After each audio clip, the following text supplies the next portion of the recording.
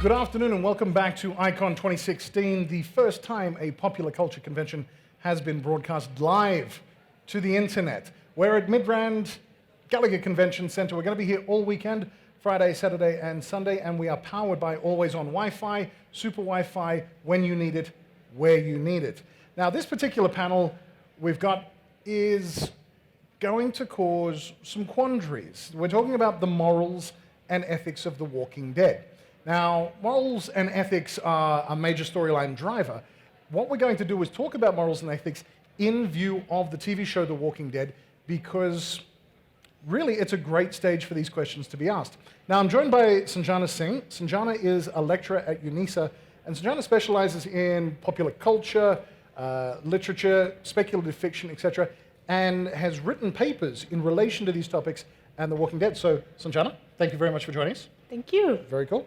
And we've also got somebody else on stage. We actually have Dawn. Dawn of the Dead is her trade name. Dawn has been a professional makeup artist for 8 years, and Dawn is the stock artist for makeup for Zombie Run South Africa. Zombie Run South Africa, you should check them out on Facebook. They run zombie runs pretty regularly, where you get to run around and try and avoid the biters and the infected. So Dawn is the actual makeup artist for Zombie Run South Africa. What we're going to do now is we're going to grab a random person from the audience, and we're going to give them the makeover of a lifetime. Dawn has all of her equipment, including, a bottle of blood there. We've got plenty of stuff, scalpels, etc. All good. Yeah, she'll be fine. So we're going to grab somebody from the audience. We've actually got somebody with a hand up. Somebody just has jumped out of her seat. Come on up. What's your name? Kelsey. Give Kelsey a round of applause, everybody. Kelsey, come on up. Okay, now Kelsey, first thing I need to ask, are you allergic to anything? No. Latex, knife cuts, bites? No? No. Okay, cool. All right, cool. So what I'm going to get you to do, I'm going to get you to sit down, and you're at Dawn's Tender Mercies for what, Dawn, the next 40 minutes? Yeah. Think so? Yeah. All right, cool. So we're going to make you up to be the best looking biter here at the convention today. I'm good with that. Excellent. I'll get you to grab a seat. Welcome. And start off. And then while that's happening, Sanjana, when it comes to the moral quandary, why is The Walking Dead such a fantastic framework to look through?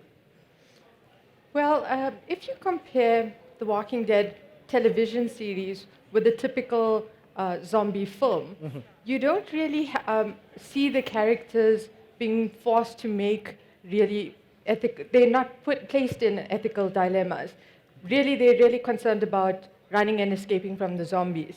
So there's not enough time to actually, exist in a post-apocalyptic setting for a long time. Right. And because of that, as time progresses, you see, and resources begin to shrink, people then have to be forced to make tough decisions. Right. So from a literature perspective, the arrival of the moral and ethical quandary is driven usually by something like a lack of resources, that tough decisions now start needing to be made. So that's pretty much why The Walking Dead works as a perfect prism for this. Is that correct? Yes. Okay. Yes, definitely. Right. When it comes to the tough choices, now we've got Rick. Yes. Oh, by the way, for people in the audience, this is going to be a spoiler-filled panel. Yes. If you have not seen Season 6, we are the Geek Tribe and we understand how spoilers work. But please understand that for us to talk about some of these things, some of the major decisions that were made in Season 6, we're going to need to discuss them. So if you haven't seen it, just block your ears for the next 40 minutes and then you can look at a zombie. It's fine. So when we're talking the framework, we're talking dwindling, and we're talking Rick and the decisions that Rick makes. Yes. Well, the interesting thing about Rick is that he is a sheriff's deputy. So in the first season, even though the government is no longer exists, all of those structures that were in place no longer exist, he still decides to wear that uniform. Okay. And the uniform is symbolic, right? When you see an officer, maybe not in a totalitarian regime, but when you see a police officer, he's a symbol, he's a trustworthy figure. There's a moral authority. And initially, I think the first kind of slippage that you see in terms of that framework is when he decides to give guns to Morgan, Right. when he says to Andrea that she can take that necklace, even though she asks, is it looting? So I think pretty quickly his sense of right and wrong starts to erode. Okay. Yeah. The idea of utilitarianism Yes. is then an important one. So utilitarianism, take us through the concept of what it is and why that's now important from a moral quandary. Well, in a nutshell, utilitarianism is just what is for the greater good, Right. right? So with Rick, he's a father, he's a husband, and then he assumes leadership of the group. So in the first season, really, you see him not only looking after his group, but he takes care of, he gives guns to the Vatos, and so he doesn't necessarily make decisions just to keep his group alive Right. and keep his group safe. But you see that changes as the seasons develop. Okay. What are the problems with the utilitarian idea? Because if the utilitarian viewpoint is we need to make a decision for the greater good. Now, it doesn't necessarily talk about the degrees of the greater good. If you're talking 5 million people dead versus 5,000,001 alive, that conforms to a utilitarian standpoint, yes? Yes, definitely. And one of the interesting things about utilitarianism is that it's not necessarily against capital punishment. And so when you see in season 2 the first major ethical dilemma, which is that of Randall. Randall, by the way, is a character that Rick saves. He belongs to a group of 30 men, and those men raped 2 young children in front of their father. Right. So when he takes him, the question becomes, should we execute him or not? And then that's really what the major moral dilemma for the second season is. Right. Now, going further on, Yeah. Rick is making more and more decisions for the basis of the group. So Yes. would you say that he's embracing more the utilitarian viewpoint? Oh, yes, everyone knows about the dictatorship. Everyone knows about that, yes. Right. And the thing is, he first believes that this is the way to go, and then when you look at season 3, when he's in the prison, he kind of says, okay, let's go back to a democratic ideal. Right. Okay. And that doesn't really work out that well. Right. What are some of the major, for you, Yes, looking at these are the major trigger points yes. as far as a moral decision? You already talked about Randall, you talked about the prison. What else for you actually would say these were certain defining moments for the people in the show? Well, look, for different characters, it was different things, right? And I think, Rick's sense of morality changes over time. You look at, in season 2, he decides, in season 1, he doesn't want to kill Jim. We don't kill the living. And that changes in season 2. He has a Western gun-style battle in the bar, and then suddenly killing people is allowed. And then, so for different characters, there's different things. And it's again, in that situation, does he take them back? And does he allow then the violence and the assault that's going to happen to the group, which is going to be inevitable? Will he allow that to happen? Okay. Some of the other themes about ethical, let's say ethical egoism. Yes. What ethical egoism as a term? What does that actually mean? Oh, but that just means self-interest. And when you act according to your self-interest, a good example of that is actually Eugene. Right. Because Eugene uses everyone he comes into contact with. And so for all of the, and even at the end on season 6, you still see him betraying the group to save his own skin. Right. So that's not necessarily ethical. So when you say ethical egoism, egoism is the focus on self. Yes. Ethical, well, that's in relation to everybody else. Yes. So he will make contracts with people because it will benefit him. So for example, he saves Tara because he knows then that there's going to be consequences for him not doing that. Okay. All right. So we've looked at a couple of the major moral questions and how they work. is it a common theme in literature that when you're starting to look at apocalyptic, that the challenge is navigating these morals and ethical dilemmas to then try and restore order, or just get to a point of, I need to survive and move on? Well, I think you see it in, well, for example, in, I don't know, moving on. It's very difficult to say. Like, the thing is, in The Walking Dead, they want to restore order. And you see that with Alexandria, really trying to build a community again. But what happens, what inevitably happens, is that you see that there's a threat that's perceived, the saviors, and instead of allowing them to attack them first, like the wolves had, they decide that they are going to attack them. And then what happens? They go and kill people in their beds. Right. Now, that's not the sort of behavior we associate with the protagonist or heroes. So you're actually seeing a transition from a hero into an anti-hero. Right. Yeah. The role, the prevalence of anti-heroism, Yeah. well, I say prevalence because there's Yes. been much more of an adoption. Yes. I mean, even outside of The Walking Dead, looking at character of the Punisher Yes. in Daredevil, look at Wolverine, Yes. possibly the ultimate anti-hero from a comics perspective. Yes. The role of the anti-hero in literature, has it always been there? Why is there the fascination with the anti-hero? Is it because they're going to make the decisions, the moral and ethical decisions we would like to make? What's the role of the anti-hero now? Well, I mean, can I say a Game of Thrones spoiler right now? Okay, so we're also talking into Game of Thrones. I know this was a zombie-based panel. We're talking Game of Thrones as well. We've Yes. got a couple of people with ears clenched. That's fine. We'll show the recording later. That's great. Okay, go for it. Okay, so if you look at, for example, how many of you have watched the last episode? Okay, so a few hands up. So a couple of people are really clamping their ears. I hope you can lip read. Okay, this isn't really linked to the anti-hero as such, but I'm building up to a point. How many of you cheered when Ramsay Bolton bit the dust?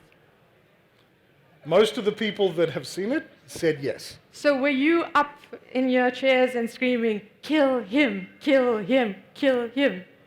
What does that say about you? Yeah, what does that say about you, people? That you're the good guys.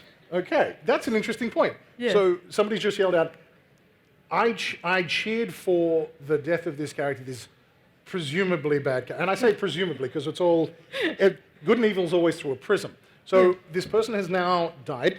Yes. We've cheered, but that's because we're good guys and we're okay. Yes. But what you're doing is that you're advocating murder. Yes, you've all just advocated murder. Because it's not, how would you describe it? It's not, let's sanitize it and, hang him, or like Ned Stark in the beginning, the person who... Oh, spoiler season 1, Ned dies. Oh, I'm sorry. Yeah, just in case anybody didn't get that. Okay. So he is eaten by his own dogs. And I read the fan reactions. I know what happens on social media. So what does that say about us now? Because what we're saying for the fact that we like anti-heroes, it means that we like the darker characters. That we are bored of the traditional hero, Okay. the good guy. I guess you could apply the same logic then to when Joffrey, poor Joffrey, poor sweet innocent Spoiler. little Joffrey, when he got there, because you saw the fan reactions, people actively cheering. Yes. Now, the death of Joffrey, when juxtaposed against the Red Wedding, Yes. that's still murder. People have still died. It just happens to be more graphic. Yes. Does the level of confrontation, let's even talk about Walking Dead, the stuff that you're visually seeing, Yes. if it's framed a certain way, it makes it more acceptable and it makes it easier to make those moral and ethical arguments? Definitely, because going back to Randall, you know the consequences of him being set free. He knows Maggie. He knows the location of the farm. We already know he belongs to a group that is dangerous. And when the first time they try to set him free, there's this particular scene where he kills a female walker. And you see the sadistic pleasure that he takes in dispatching of this walker. So What does that mean? What would you do? Okay, so when it comes down to, we're not going to talk about the gender issues of Yes. the walker itself, but being able to frame those makes it okay. Right? Yes. So I'm just going to check in on Dawn. Dawn, how is our victim? Oh, wow. Bloody gory. Bloody Oh, yeah. fantastic. And Kelsey, you're happy? Okay, so we're going to give, we're going to offer up Kelsey as a big reveal after this. So, all right. Right, looking at going forward with The Walking Dead. Yes. From a literature perspective and The Walking Dead, the desire for a community, for the restoration of order, etc. How common is it in literature, even in because Walking Dead as a comic, how often is it that we've got these goals, we've got these desires, we have the perfect world that we want to live in, and we keep sacrificing these things away till we get down to a point of survival? Is that always the common theme when it comes to moral and ethical ambiguities in speculative fiction? Well, I think, generally speaking, the horror genre tends to reflect the society's anxieties at the time. Right. So, quick example, back in the 1950s, when, 1945, when the Americans bombed Hiroshima and Nagasaki, what you saw afterwards was Godzilla. So the fear of what that radiation did to the people, Right. So now looking at our present time, our present anxieties, people are pessimistic. Okay. And the symbol, people look at the zombie and feel that it symbolizes immigrants right now, or the fear of viruses. So there's always that feeling that the monster or the terror is at our door. Okay. So are you saying the popularity of even darker type shows Yes. is because it can help reflect some of the anxieties that we're dealing with? So you're actually watching people deal with these particular anxieties, is that correct? They're finding it a cathartic experience watching it. Okay. And also feeling justified that, like, for example, going back to Randall, torturing him to extract information. Again, it's what's being mirrored in American society today. Right. So does the means justify the ends? What are some of the classical examples from speculative fiction that look at those? I mean, Watchmen, for one. Yes. Watchmen, I think, could possibly be the ultimate demonstration of that. With, sorry, who's not read Watchmen? You're at a comic convention. You should have all read Watchmen, yes? Okay. So one of the key moral arguments at the end of it comes down to the heroes have now discovered that another hero has done something incredibly vile, Yes. but it's for a good cause, and it works. So do we then reveal this or not? So Watchmen would be a good example. What would be other examples of excellent moral and ethical arguments from a speculative fiction standpoint? Okay, let's look at Captain America, Civil War, and the confrontation between the superheroes. Maybe if you've read the actual comics, you would have despised the movie. But the whole idea, because it was kind of reduced to this relationship between Bucky and Captain America. Yes. And spoiler alert, Bucky kills Iron Man's mom and dad. And the thing is, he wasn't in control of his actions. So can we hold him responsible for that? Right. So there's all sorts of subtle variations throughout fiction. Okay, so Captain America Civil War was a good example. Recently, the latest Batman versus Superman. Right. Okay, so why was that a good example? Well, I found it interesting that historically we've never had Batman kill the enemy before. Well, actually, no. Am I wrong? I'm going to correct that. Okay. There is this prevailing argument that Batman does not like guns, Okay. except when he likes guns. There are multiple examples of where, and this is part of the thing about the expediency, Yes. that I'm going to make a decision. It's probably not the best decision I should make, but it's going to get me through. So there are plenty of times through the comics where Batman has resorted to serious weapons to take out enemies. So I have to do that correction because Okay, it is something that's there. Maybe I should reframe in the Sure. film version. I mean, Right. looking at Tim Burton's and Yes. very, very Very petty. anti-gun in the movies. Yes, yeah, Okay. yeah. Yeah. So why was Batman v Superman? We've got that position in Batman. Are you saying that the Batman v Superman is the example of the anti-hero versus the good guy, the big blue Boy Scout? Definitely. That creates a really good prism to look through. And then, look, the thing is, I try to think about traditional heroes in cinema now, the traditional good guy who has all of these moral standards. And really, you can't really think of them because if you look even on television, it's just dominated by anti-heroes. Even outside speculative fiction, 24, Ray Donovan, all of these really dark characters are seeming to dominate television and film right now. Okay. Yeah. We just saw on the screen we've got a slide on the screen now talking about egoism, that we always ought to act so as to maximize the sum total of our own welfare. Now, an existing society, a balanced society, not necessarily say a good society, but a balanced society takes the welfare of others into account. Where does ego in speculative literature, in the big stories, in speculative fiction, where does that stop? Where does it stop? Oh, hey, sorry. Oh, okay. We have Dawn. Dawn is done. Sorry, I'm going to hold on to that point there. Okay. So, Dawn. We're done. We are done. Yep. Okay. So, Kelsey, you have absolutely no idea what you look like. Okay, because we haven't shown it on the screen whatsoever. Wow. Were you fond of that jacket? Yeah. Okay. It is all water-based. I've had to convince her that I will replace it if it doesn't wash out. Wow. Okay, so you're going to score yourself a free jacket if you don't like this. Is everybody ready to see Kelsey? Cool. Kelsey, Okay, what I'm going to we're ask you to ready. do is Okay, that's awesome. stand up and step onto the X just in front of the Here's the stage X. and give us your best zombie. And then you can spit anytime you like. Okay. We're going to get you to hold that best. The reason that I dipped my head is Kelsey currently has blood dripping from her mouth.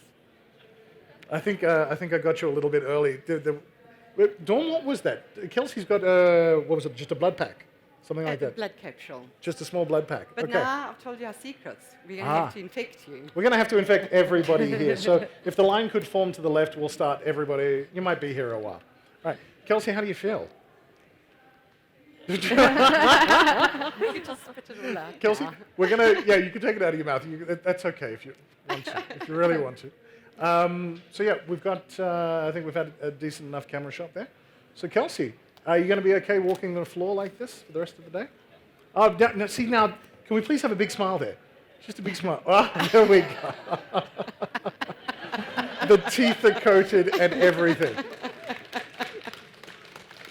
Kelsey, thank you so much for being infected. That's fantastic. Oh, yeah, no, we're good. We're good. Yeah, the people who actually do know me know exactly why I've slid back in my chair. That's fine. Okay, cool. Kelsey, thank you so much. That's been fantastic. Yeah, please go and infect away. All right, cool. Thanks a lot. Thank you. Give a round of applause to Kelsey. All right. Dawn, thank you very much as well. That was much obliged. Much appreciated. Pleasure. Yeah, so guys, Dawn is the lead makeup artist for Zombie Run South Africa. You can find Zombie Run South Africa on Facebook. You can also find on their website. They run zombie runs regularly. Go check them out. That's the sort of stuff you can do. So you can either actually do the zombie run itself, or you can be a volunteer and have what was just done to Kelsey done to you, and you can actively try and get people who are running around the course. So Zombie Run South Africa, please check them out on Facebook. Right. So we've got... So now I need to remember where we actually left off about. We were talking about at what point do these things change from the utopia that we want to believe in, but then we're starting to really sacrifice. Well, if we look at The Walking Dead, the whole idea is they keep trying to establish safe havens, right? Yep. And that doesn't work out well in any case. I mean, first with Herschel's farm in the prison, and then now look at what has happened at Alexandria. So I think, again, it's because Rick likes to seek out violence, in my opinion. Which is not what, would you say that's how he originally was at the start of the show? No, but I think because of all of his negative experiences, once bitten, twice shy, for the pun. Right? So he's I don't know, always taking preemptive steps. So now there's this concept of deontological theory and teleological theory. Let's go deontological. Deontological. Let's talk deontological theory. Well, that's already what we've had, the established morals. Okay. Right? So no matter what the outcome is, you're going to follow those steps. Okay. So a good example is you're a doctor. A prisoner comes in, he's severely injured, he has no next of kin, he is an organ donor. Right. Are you going to fight to save him? Or are you going to let him die and harvest his organs? To save 6 other lives, etc. Yeah. Okay. Is that the moral question you're posing to me? Yes. Sorry, is there insurance coverage? There's insurance coverage. You're going to save a little girl. You're going to save a nun. Someone. Oh wow, you are really laying it on thick. Yeah. Okay. It's one of the problems that I've always had with utilitarian viewpoints is that the problem with utilitarian is, yes, it's for the greater good, but there are ramifications here. Yeah. From this sort of thing. Yes. The position you've just posed is that I'm going to kill by not actively saving this person to the benefit of 5 or 6 other people, including a nun. Yes. How bad do I feel now? But Yes. when you start getting into the framework of I am going to sacrifice this life for X, where does it stop? Exactly. You then start belittling the value of life itself because then it becomes commoditized. This is just a resource that I can now use, and then I start changing the way that I look at everything else. Yeah. So the old Stalin line of 1 death is a tragedy and 1,000,000 is a statistic, that's where that viewpoint changes. So I would save the person with no family Yes. as best I could. If nothing happens, then I'll take it on that way. That's strongly the deontological point of view. For the teleological point of view, you take into consideration the consequences. So, for example, now if it was your daughter who you're trying to save, then you would probably say, well, okay, maybe I won't work that hard to save him. Right. Yeah. Okay, so The consequences Yeah, are is the teleological decision. okay, so the teleological decision is the consequences of your actions. Yes. Like, Okay. for example, when Deanna is aware that Pete is abusing his wife, but because he's a surgeon, that's okay. I really struggle to understand how that framework actually works. We've got another slide on the screen in relation to the term virtue ethics. Yes. So according to which the most basic question in ethics is not what we ought to do, but what kind of person we ought to be. Yes. So Yeah. I guess that's the struggle that people have to understand, that I don't want to kill somebody, but I know that I'm going to have to save my own life. Then I guess you can talk, that's the sort of position that Gandhi was proposing with his nonviolent revolution. I will not go through the violent steps that my oppressors have because I am sticking to my moral position and I believe that will end up being superior. Yes. Yes. The types of stories in speculative fiction where that's great, but you're now dead. What sort of stories, if somebody was wanting to really get into those sorts of ideas, what sort of speculative fiction topics would you actually recommend? Oh, well, we don't have to go far. We'll stick with The Walking Dead. Sure. I'm just looking at the character of Carol, because the thing is, when she starts off, she wasn't a character that anyone liked, I think. And in the comics, she's even worse, right? And then slowly there's this transformation. And actually, the role that she's playing in Alexandria right now, the Holly homemaker, Sure. I think that's who she really wants to be. Because virtue ethics is about your character. as opposed to the actions that you're taking. And the fact that she wants to escape from the situation, the first time after Terminus and now again she's fled, shows that she actually wants to be that person, the Right. person who bakes the cookies. So regardless of the environment that she's in and the state of the world, she's Yes. really trying to strive to be that type of person. Yes, because at one stage I think we can all agree that, I was convinced that she was a psychopath. I mean, remember that little story she told Sam about how, What was the story? that if he tells anyone that she stole a gun, he would find himself in the forest tied to a tree, surrounded by walkers. So would you say that she's indirectly responsible for his death? When he freaked out? Maybe. Yeah, I guess the idea of moral quandaries is always dealing with the grays, because it's Yeah. not the gray areas. It's not always binary thinking, good Yeah, or yes. bad. There's always got to be the understanding of the shades of gray, and I think that's what makes it so interesting. It's like, where does your line stop as far as what decisions you would be making as opposed to somebody else's?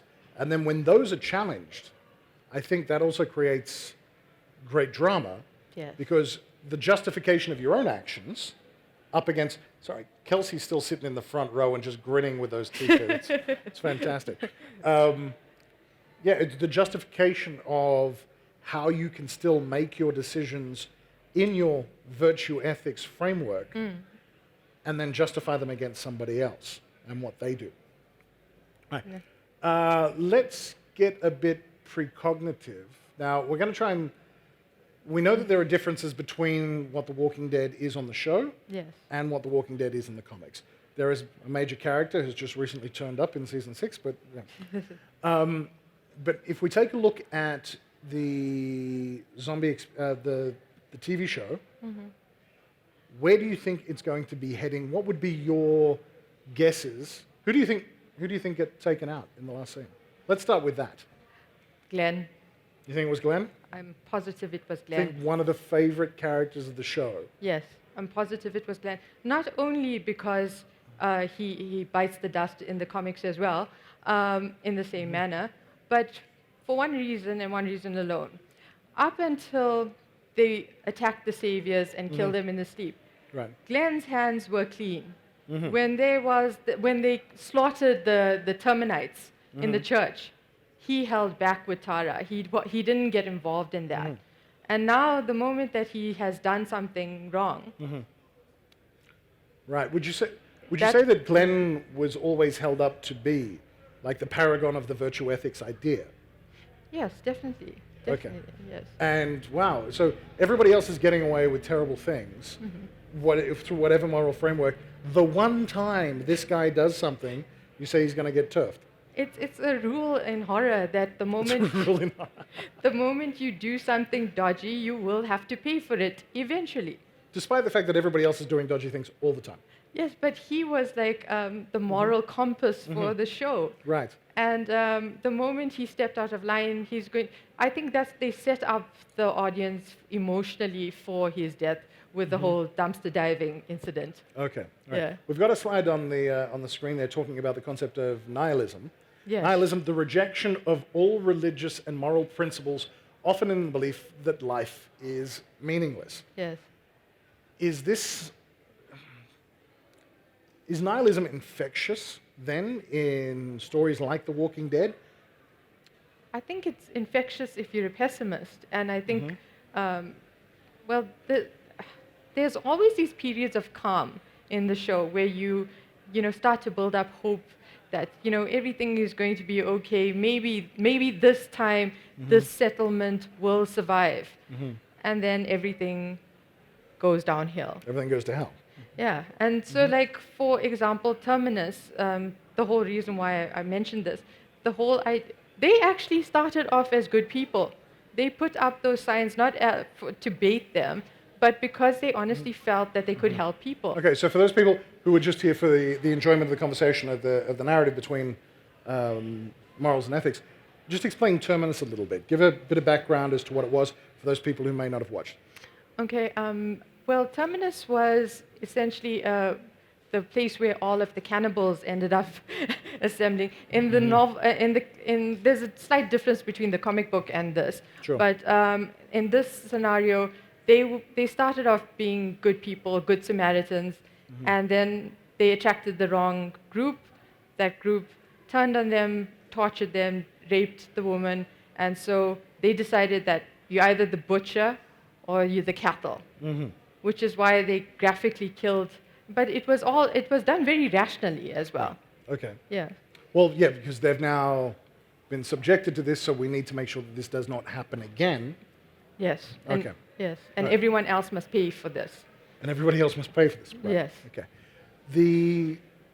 So I guess part of the best part of the drama then is the opposite sides of nihilism versus the people who are really trying to stick to the virtue ethics principles Yes. and seeing who's going to win, really.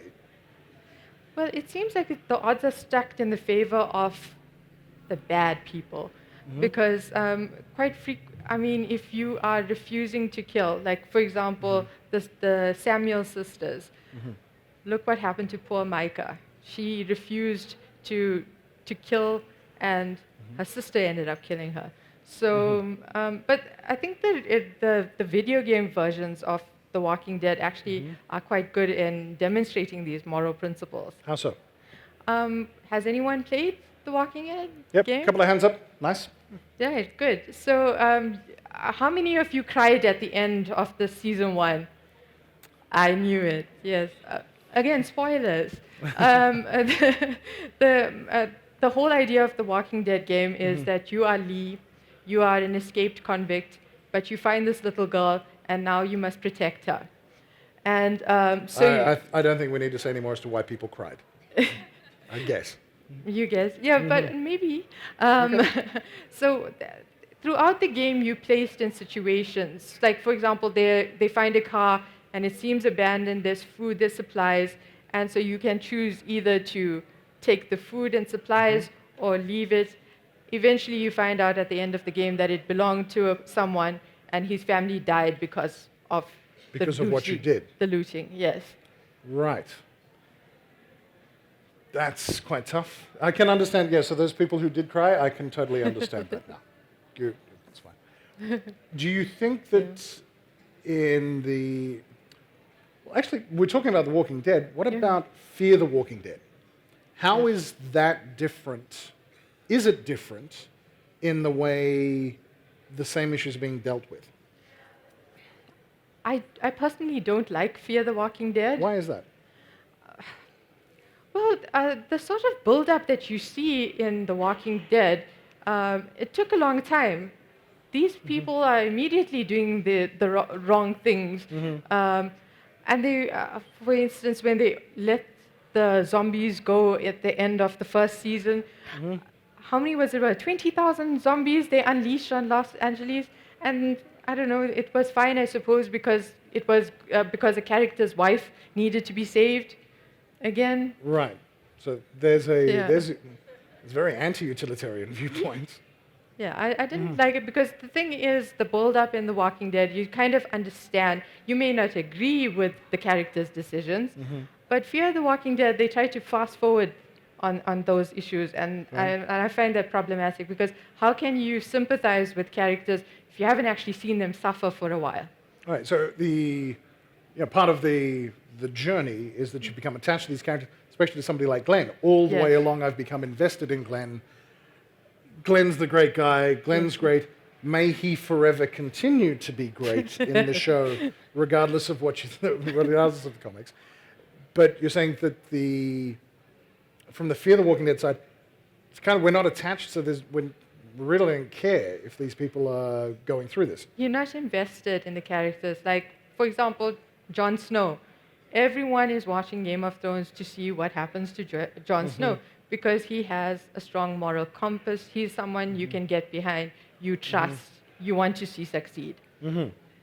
Despite that he died, whatever. Well, let's not talk about. And how about the zombies in Game of Thrones?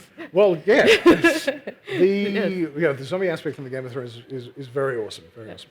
Yeah. We're actually coming up. We've got 10 minutes left in the panel. So what I'm going to do is actually throw this open to questions.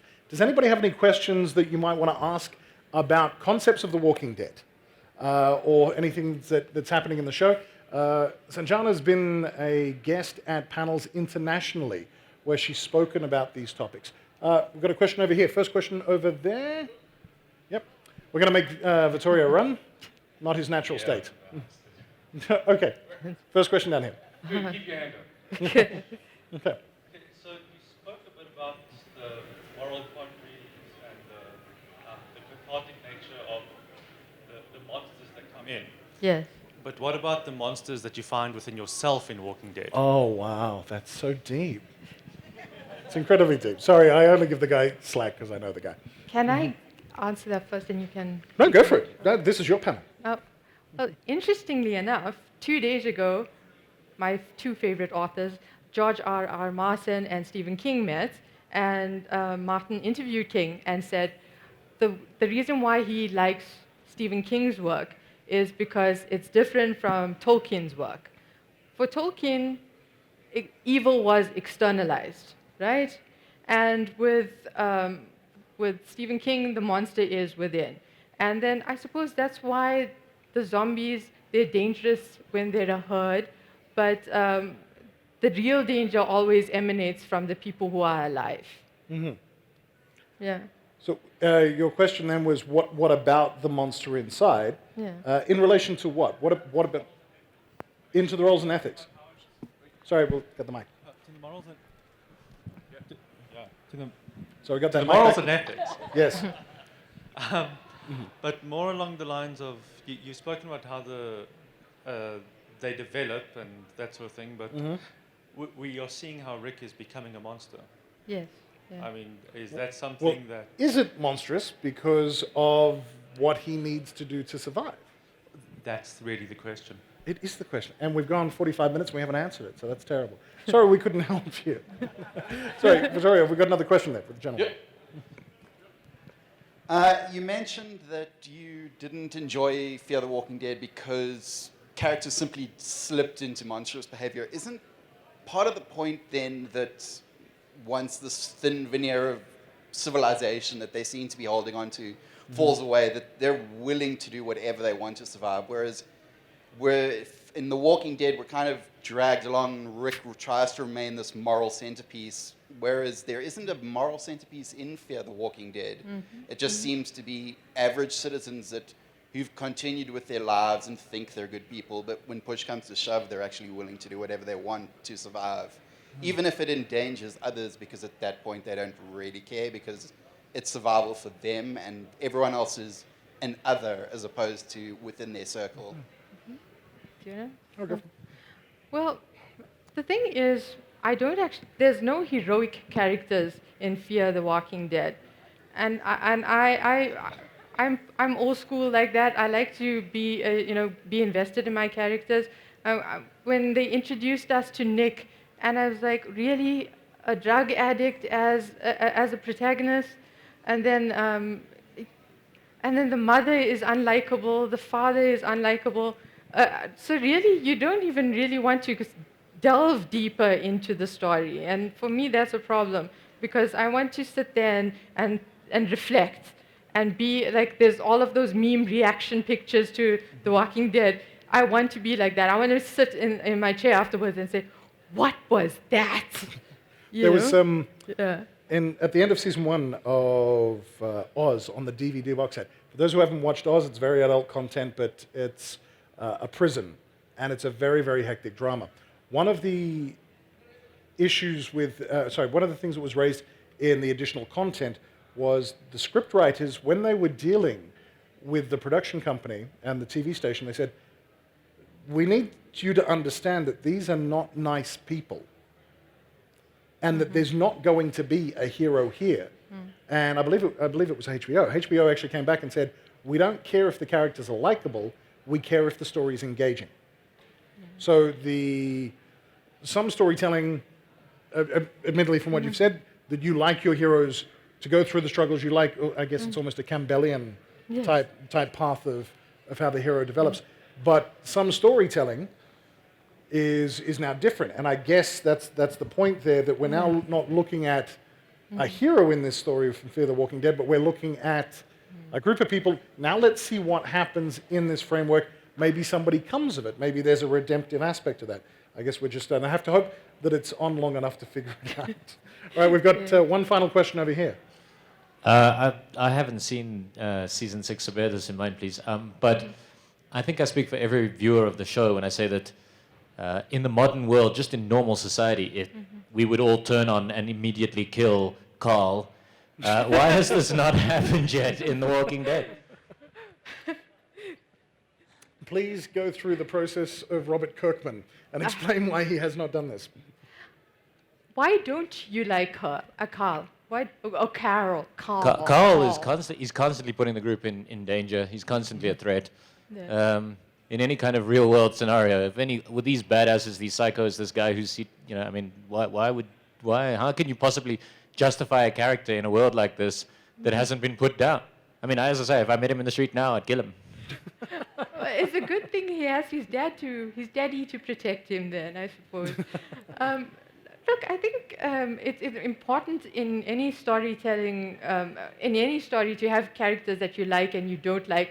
And especially, again, with Game of Thrones, you have characters that you really want to see, get their comeuppance. And I suppose they're keeping Carl around for that to happen. But I do think that, seriously, that Carl is going to replace Rick. I think Rick will eventually die, and, well, all of the sort of morals and ethics that Rick has now, he's passed on to his son. Okay. Right. Yeah. Well, that's pretty much it. We're very close to time, so I'm going to say, firstly, thank you very much to Kelsey for being a willing zombie victim. Thank you very much to Dawn of the Dead for doing the makeup, and thank you very much to Sanjana Singh for assisting us talking on the framework of morals and ethics in The Walking Dead. Guys, thanks very much. Please give Sanjana a round of applause. Thank you. Hi, I'm Les Allen from GeekXP. If you liked this video, please be so kind as to like the video itself down below. And if you want to get updates on more of these types of videos from the GeekXP channel, please hit subscribe. Thanks very much, guys.